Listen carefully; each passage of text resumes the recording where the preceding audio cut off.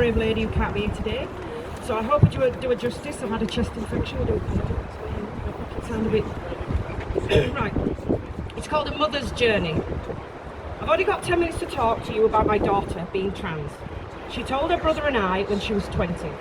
She was tearful when she told us that she had been advised not to tell her family, or she'd be thrown out. But we assured her that we were a family and we would always love her. She couldn't explain why she thinks she's a boy, other than other people can explain it better.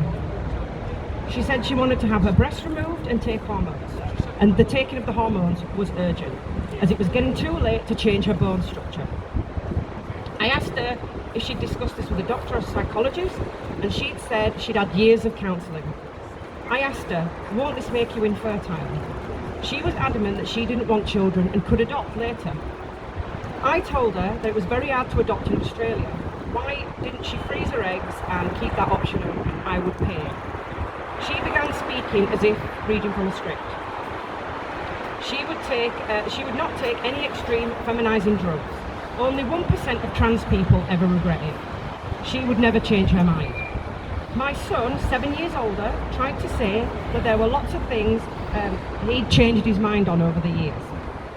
She herself was an IVF baby, so I tried to explain that hormones to collect the eggs have no lasting effect. I also asked, who would she see herself in a relationship with? Somebody who accepts trans, is what she said. And I said, what would he or she look like? And she's had no answer for that. To my knowledge, she has never been in a relationship. I asked her if she'd spoken to anyone who had been through this before, and she said yes, in a meeting at Griffith University Library. It turned out it was a 40-year-old something trans man talking to gender-confused 19, 20-year-old girls, and none of this sounded appropriate to me. I deeply regret I had to walk away, because she would not talk to me about this again. She did tell her brother that she now had a circle of friends which she had not had before, and every attempt to talk since has been shut down and she's stormed off. After one tearful encounter, she suggested family counselling, but the Headspace counsellor she had been seeing had left years before. In the time we searched for alternatives, she talked to her friends online and then made the decision not to do that anymore. I was swamped with despair and helplessness and confusion. My bright, beautiful ADHD daughter was always emotional, behind the other children and prone to emotional outbursts, which cost her friends. She spent too much time on her laptop, and that her school insisted that she have. She watched anime. She was fixated on K-pop band TXT. Her room was still a mass of scented candles, plush toys, TNT posters and crochet. She shopped online at her favourite Canadian shops for dresses. She spent ages arranging her waist-length hair for her formal. And I do remember the striking difference between her and many of her friends.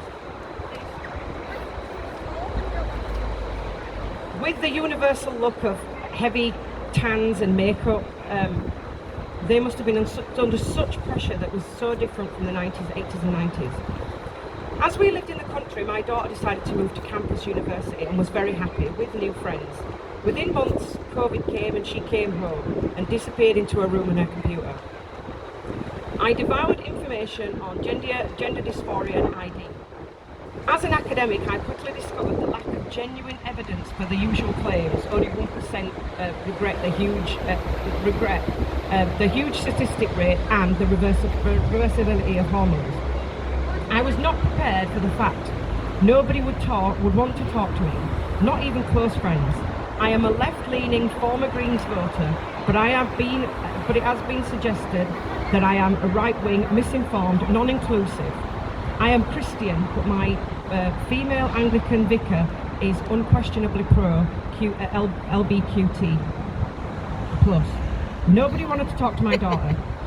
Not those who have known her all her life, not even her father, when I showed him the newly minted Victorian birth certificate stating that he now had a son, which was with a different name since 2000. So nobody seeing this would ever know that the person was the opposite sex, as stated. Are people even aware of this new doctrine of legal documents in Australia? I met many people who confess to knowing young girls who are now trans men.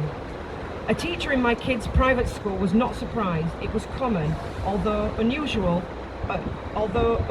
much younger. There's no concern about the upswing of trans-identifying females, the medicalisation and the secrecy from parents. My hairdresser knew a number of clients and had a sad conversation with one. She told me that it's better to have a live son than a dead daughter, and kept saying that the medical experts know better and can explain it much better. Her daughter was self-harming and was then in a relationship with another girl. I cannot understand why largely discredited affirmation is still practiced here. My daughter is getting her advice and hormones from the internet and old school friends. The best support has come from my son. He's reading psychology, but noticed all the discussion about gender dysphoria was the only subject where discussion was discouraged.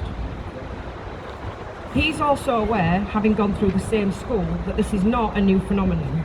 He also loves and knows his sister very well and her other issues, but she cannot tell him why she thinks she's a boy. She did try to persuade him, however, that he was non-binary, based on a stereotypical tick list.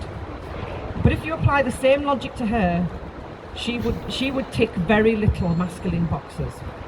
She is beautiful, and she is. No matter hair, clothes, weight, sexual attractions, likes and dislikes, people are not a stereotype. How can it be healthy to teach children that they are in the wrong body, at war with their own biology, to sterilise and mutilise themselves, even before experiencing the joys of a loving, long-term relationship? Isn't that the ultimate self-harm? As a mother, I will choose to be there if she lets me. I do not feel that means I have to lie to her or myself. I wish others didn't. There is no pot of gold at the end of the rainbow that those who love her can see.